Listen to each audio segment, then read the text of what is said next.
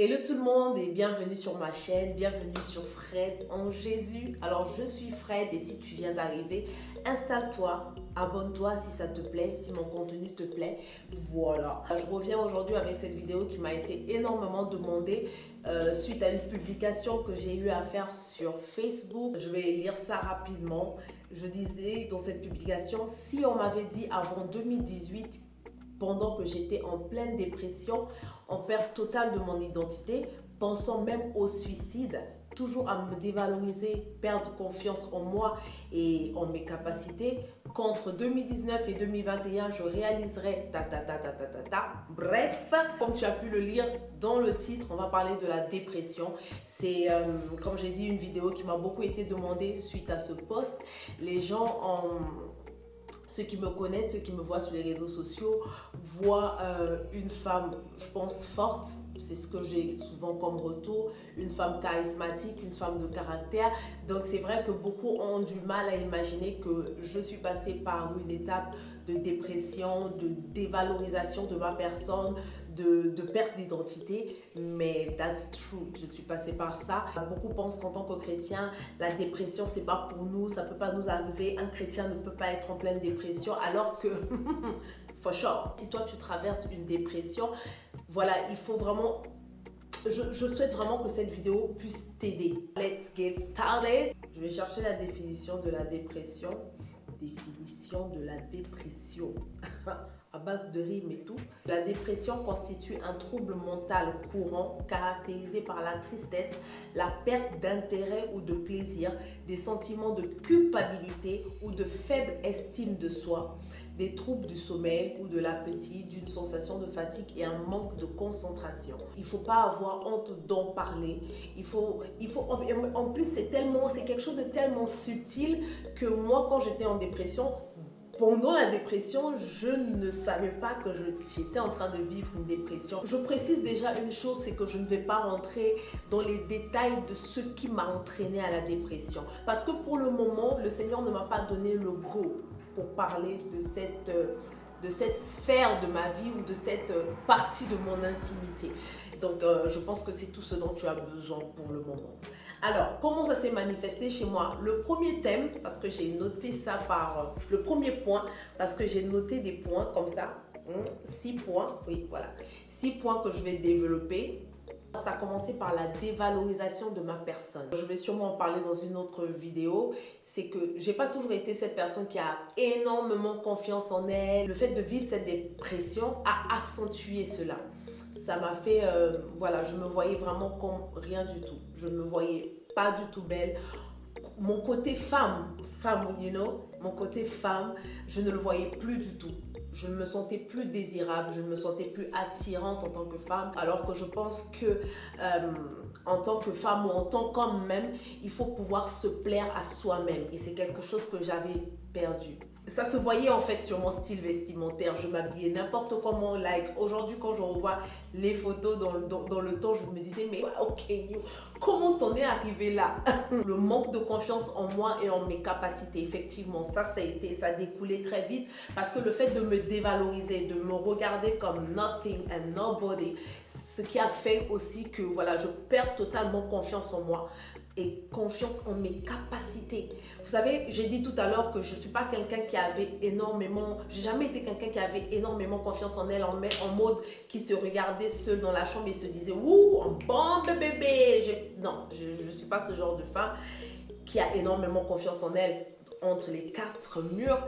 Mais avant quand même, j'avais pleinement confiance en mes capacités. C'est-à-dire, je savais que dans n'importe quelle situation... Damn, Frédéric, you can handle it. En toute situation, je me disais toujours, non, tu vas y arriver. Tu peux y arriver. Tu peux postuler à ce poste, tu l'auras. Et même si je ne l'avais pas, ce qui arrivait très rarement, ça avait pris un coup. Donc, je me sentais plus capable de postuler quelque part. Je me disais, bah, même si je vais postuler là-bas, ça va même pas marcher. Le deuxième point, c'est que pendant ma dépression, my God, pour moi, le monde entier était contre moi. Le monde entier ne me comprenait pas. Effectivement, le monde entier ne me comprenait pas. Ça, c'est une réalité. D'accord? Mais le truc, c'est que j'attendais tellement l'approbation des autres. J'attendais tellement que les gens me comprennent que le fait de ne pas recevoir cela, j'avais l'impression que tout le monde entier était contre moi. Et j'avais l'impression qu'il y avait moi dans un coin, dans un petit coin dans le noir, et les autres à côté qui étaient en train de me pointer du doigt. J'avais des crises d'angoisse, j'avais des crises de colère, où je me tapais la tête, je me disais, mais personne ne me comprend, mais vous voulez pas, vous n'êtes pas avec moi. Je criais sur tout le monde, je reprochais tout le monde de ne pas me soutenir, mais là, les gens ne sont pas obligés de te soutenir. Mais en fait, dans cette période-là, je ne comprenais pas ça. Parce que je pensais qu'en fait, c'était les gens qui devaient m'aider à sortir de cette situation. Numéro 3, j'avais beaucoup de colère. Beaucoup de colère. Je ressentais de la colère vis-à-vis de la situation qui m'avait entraînée dans ça, dans la dépression. Je ressentais de la colère vis-à-vis des personnes qui ne me comprenaient pas, qui ne me soutenaient pas, des personnes qui disaient être là pour m'aider, mais qui finalement m'avaient tourné le dos parce que on va venir à ce point. On va revenir là-dessus. Aussi, je me suis dit à cette époque, c'est que je suis en colère contre moi-même. C'est comme si je sortais de mon corps et je me parlais. C'est-à-dire que quand je me trouvais par terre en train de pleurer, en train mais c'est comme s'il y avait une partie de moi qui sortait et qui me regardait, qui disait, mais Fred, qu'est-ce que tu es en train de te faire? Qu'est-ce que tu te fais là en fait? Ce n'est pas toi. Qu'est-ce que ton père, paix à son âme, pense de toi quand il te voit dans ça? Je ne me reconnaissais pas. Le numéro 4. L'instabilité de mon activité, bien entendu. IC Beauty, une entreprise en fait que j'essayais d'établir, de structurer, de fonder, d'implanter au Sénégal depuis longtemps. Une société aujourd'hui qui évolue dans le make-up, dans l'art et dans les métiers de l'audiovisuel et dans le coaching aussi. Je me suis dit, je vais me lancer à mon compte. Mais comment tu veux te lancer dans n'importe quelle activité si tu n'es pas bien dans ta tête? J'étais une femme fragilisée, j'étais une femme blessée. Du coup, mon entreprise faisait ça. Ça basculait en dents de scie. À chaque fois que ça n'allait pas, il fallait que ça puisse avoir un impact sur mon travail, même sur mon entreprise en tant qu'entrepreneuse, mais aussi en tant que salariée. Donc, c'était vraiment le chaos total. Le 5e point, oh my God. Je pense que ça a été l'un des points le plus difficile en fait pour moi quand j'ai vraiment réalisé. C'est l'impact sur mes enfants. C'est-à-dire que quand tu réalises en fait que quand tu sors de là et que tu réalises la mauvaise mère que tu as été, tu prends une gifle en fait. Dans ma dépression, je me suis tellement laissée aller, j'étais tellement éclatée, j'étais tellement mal dans ma peau que ça avait des répercussions sur mes enfants. Et je le dis, j'étais une mauvaise mère. J'étais tellement pas une maman heureuse, tellement pas une femme heureuse, tellement pas une femme équilibrée, que tout ce que je pouvais renvoyer vers mes enfants, c'était de la violence, c'était de la colère, c'était de l'aigreur. Le numéro 6, la culpabilité que je ressentais vis-à-vis de Dieu. J'avais l'impression que Dieu était en colère contre moi. J'avais l'impression de ne pas être digne de lui. J'avais l'impression qu'il me reprochait mes erreurs. J'avais l'impression que lui non plus ne comprenait pas ma douleur. Et du coup, même prier, c'était devenu difficile. Parce que prier pour moi, c'est communiquer avec Dieu. Prier pour moi, c'est être vrai avec Dieu. Et du coup, mes prières étaient superficielles. La culpabilité m'a éloignée du service. La culpabilité m'a éloignée de Dieu lui-même. Et ça m'a vraiment aussi fait sombrer. On va passer à une phase beaucoup plus gaie. C'est la solution. C'est comment je suis sortie de cette dépression. J'ai eu un déclic. Oui. Une personne m'a regardée un jour et a osé me dire une vérité que peut-être beaucoup n'arrivaient pas à me dire pendant longtemps. C'était un reproche sur mon physique, sur mon accoutrement. Cette personne m'a dit, mais pourquoi pourquoi tu t'habilles aussi mal en clair? Pourquoi tu te mochises autant? Je ne sais pas si le mot existe, mais je me mochisais. C'était peut-être quelque chose qui aurait pu me vexer, me mettre en colère, mais ça créait un électrochoc chez moi. Il y a certaines vérités en fait qu'il faut accepter d'entendre. Il y a certaines vérités qui ne sont pas du tout plaisantes, mais qu'il faut accepter d'entendre parce que c'est le début d'un process. Et je me suis dit, mon Dieu, qu'est-ce qui s'est passé? Je me suis dit, mais qu'est-ce qui m'est arrivé? C'est qui? Who's that girl? J'ai décidé, première chose, de faire le bilan sur ce que je ne voulais plus. Yes. Je peux dire que ça a vraiment commencé à partir de 2014 jusqu'à 2019. Voilà, on va dire ça comme ça. Ça m'a pris du temps. Et moi, j'ai décidé de faire face à ce que je ne voulais plus et dire ça et ça et ça, ça doit sortir. J'avais aussi décidé de faire le point sur le type de femme que je voulais être afin d'être une mère équilibrée et une femme épanouie. Et ça, c'est important. J'ai commencé à regarder les femmes d'influence, les femmes de caractère et voir en qui je pouvais me retrouver selon leur histoire, selon leur parcours, selon leur témoignage, selon leur expérience. J'ai commencé à me documenter sur des femmes d'influence et voir, commencer à cocher, oui, celle-là me ressemble un peu, celle-là, oui, celle-là, je me retrouve en elle. La question, ce n'est pas de copier-coller, non. La question, c'est de voir en une personne des traits de caractère qui vous correspondent et de les retrouver en vous. Premier, j'ai dit faire le bilan sur ce que je ne voulais plus, les concessions à ne plus faire à la poubelle. Et deuxième point, c'était faire le point sur le type de femme que je voulais être afin d'être une mère équilibrée et une femme épanouie. 3, j'ai dû prendre la décision de prendre des décisions difficiles. Des fois, nous prenons des décisions à contre-cœur, mais parce que nous voulons penser à notre bien. Nous voulons penser à notre guérison. Nous voulons penser au bien des personnes qui nous sont chères. J'ai dû à contre-cœur, en m'ouvrant les veines, en pleurant, prendre certaines décisions pour devenir la femme que je suis aujourd'hui. Ah, un autre point encore. J'ai cessé de me justifier auprès des gens. Gars, ça c'est un truc qui non seulement ça te fait perdre du temps, mais ça te détruit. Quand tu as compris ton problème, quand tu as visualisé ton objectif, quand tu sais ce que tu dois faire, fonce. Les gens ne seront pas toujours d'accord avec toi. Ils n'ont pas besoin d'être d'accord avec toi. Le moment où toi tu es d'accord avec toi et que tu es d'accord et que Dieu est d'accord avec toi, it's finished, it's over. J'ai arrêté de chercher à ce qu'on comprenne le pourquoi je faisais telle ou telle chose. J'ai arrêté de chercher à ce que les gens comprennent ma douleur. Non, c'est pas que ça me faisait pas mal. Ça continuait toujours quelque part à me faire mal. Mais l'intensité n'était plus la même parce que j'avais un objectif. Devenir, vous-même compléter là-bas, une femme et une mère épanouie et équilibrée. Voilà. Si toi, tu n'es pas encore mère, mais sache quand même que c'est important de devenir une femme équilibrée et épanouie. L'autre point, j'ai arrêté, oh my God, j'ai arrêté de dire oui aux donneurs de leçons. Et moi, je faisais tout ce qu'on me disait, au détriment de mon propre bonheur, au détriment de ma conviction. Je me disais, c'est le pasteur, c'est mon pasteur, s'il me demande de le faire, je dois le faire.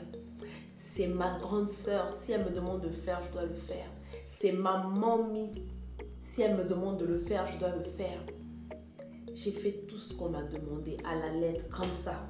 Ça rendait les gens heureux autour de moi, que je puisse faire ce qu'ils voulaient, mais ça ne me rendait pas heureuse, moi. J'ai un nouveau credo. Pour moi, j'ai une nouvelle façon de penser. Si ça me coûte mon bonheur, si ça me coûte mon équilibre et ma paix, c'est un prix trop cher à payer et je ne vais plus payer cela. Le jour où j'ai fait face à la personne en qui j'avais toute confiance et que je lui ai dit, excuse-moi, mais cette fois-ci, je ne veux pas qu'on fasse comme tu veux là. Je ne le sens pas. Si la personne a insisté, j'ai dit non, je ne le sens plus. J'ai fait comme tu m'as dit. Mais ça ne m'a pas apporté le bonheur. Ça n'a même pas apporté la solution. Alors, please, cette fois-ci, je voudrais qu'on fasse autrement, mais pas comme tu veux là. Cette personne s'est tournée. J'ai vu un autre visage de cette personne. Je me suis sentie trahie. Je me suis sentie encore incomprise. Mais comme j'étais déjà dans dans mon processus de guérison et que j'avais déjà cette cible-là, j'avais ce target, j'avais cet objectif, c'est-à-dire être une femme et une mère équilibrée et épanouie, so damn, j'ai décidé de guérir de cette relation et d'avancer. Ça encore, ça a été quelque chose de très difficile. Gars, je vous ai dit plus haut que j'avais beaucoup de colère. Là, j'avais décidé de pardonner. J'ai pardonné à cette personne qui n'a pas compris la direction que je voulais prendre. J'ai pardonné aux personnes qui m'ont fait du mal. J'ai pardonné aux personnes qui ne m'ont pas assez écouté. J'ai pardonné aux personnes qui ne m'ont pas apporté leur soutien. Je me suis pardonné. For sure.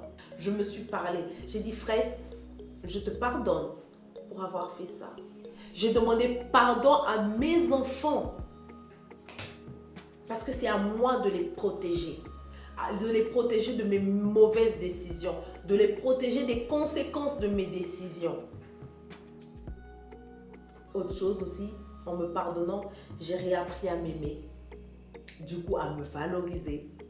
J'ai retrouvé la joie. J'ai retrouvé la femme battante que j'étais. C'est-à-dire la femme qui avait confiance en ses aptitudes, en ses capacités. Et j'ai foncé. J'ai bossé. Et j'ai pris plaisir à travailler. Chaque make-up que j'ai fait, chaque prestation, chaque projet que j'ai développé, j'ai transformé mes peines et mes douleurs, j'ai transformé ça en des projets artistiques. J'ai transformé ça en une sorte de beauté que je distribuais comme ça autour de moi. J'avais besoin de mettre toutes ces émotions dans quelque chose. Et j'ai mis ça dans mon travail, je me suis donné à fond. Je suis passée comme ça, pam, pam, pam, pam, dans les murs. J'ai défoncé les murs, j'ai défoncé des portes. Je suis entrée là où je ne pouvais même pas entrer avant. Et c'est en ça que je dis en fait que toutes les épreuves que nous traversons, il y a toujours quelque chose de bon là-dedans. Comme la Bible nous dit, tout concourt au bien de ceux-là qui aiment Dieu. C'est-à-dire que Dieu peut même utiliser une situation catastrophique et la transformer comme ça pour ton bien. C'est ce qui s'est passé en fait. Je mets ça en dernier point, mais c'était, je pense, le premier point. J'ai réalisé que Dieu est mon Père. Il n'est pas juste un Dieu qui est là dans les cieux, assis sur un trône, non. Et du coup, mes prières étaient différentes. Elles n'étaient plus superficielles. Je suis allée maintenant parler à Dieu comme je parlerais à mon Père s'il était encore en vie. J'ai arrêté de mentir à Dieu. Je lui ai dit, Seigneur, je suis en colère. Père, je suis triste. Regarde, voilà. Et quand j'ai parlé comme ça à Dieu de manière si franche, j'ai ressenti cette paix. J'étais déjà chrétienne, hein? J'avais déjà donné ma vie à Christ. Je servais en tant que chantre. Donc, je savais, quand j'avais entendu parler de l'amour de Dieu, mais cette dimension de l'amour au-delà de Dieu, je ne l'avais pas encore réalisée. Quand j'ai réalisé qu'il n'était pas seulement Dieu, mais il était mon papa, il était mon ami, il était mon confident, il était mon conseiller, le pourvoyeur par excellence, qu'il était celui-là qui devait me restaurer, qu'il suffisait que je sois vrai avec lui. Period. C'est pour ça que je dis que ce point-là devait venir en premier, mais je le mets en dernier parce que je voulais finir sur ça. La vérité, c'est que la situation, c'est toi qui la vis. Le sentiment, c'est toi qui le vis. La condition, c'est toi qui l'as subie. Donc, il n'y a personne à part toi-même qui peut comprendre, qui peut réaliser l'ampleur de la situation dans laquelle tu te trouves. Donc, arrête d'attendre que les autres te comprennent. Cherche Dieu. Cherche Dieu dans cette situation. Cherche à être en accord avec Dieu. Dieu attend de toi que tu sois vrai avec lui. Dieu attend ton cœur. Il t'aime. Il n'y a rien en fait que tu puisses faire qui puisse te séparer de l'amour de Dieu. Il n'y a rien en fait. Et comme moi j'ai compris ça, ça a été ma délivrance. Ça a été le début en fait de mon processus de guérison. Pose-toi la même question que je me suis posée. Suis-je heureuse? Est-ce que je suis heureuse dans cette situation? Si la réponse est non, fais ce qu'il faut pour que tu le sois. Je ne négocie pas mon bonheur. Je ne négocie pas mon équilibre. Je ne négocie pas ma paix. beaucoup de choses vont découler de là. Donc il y a des choses, en fait, you don't have to compromise. No. Voilà, on se retrouve pour la prochaine vidéo. Voilà, restez bénis et ciao, ciao.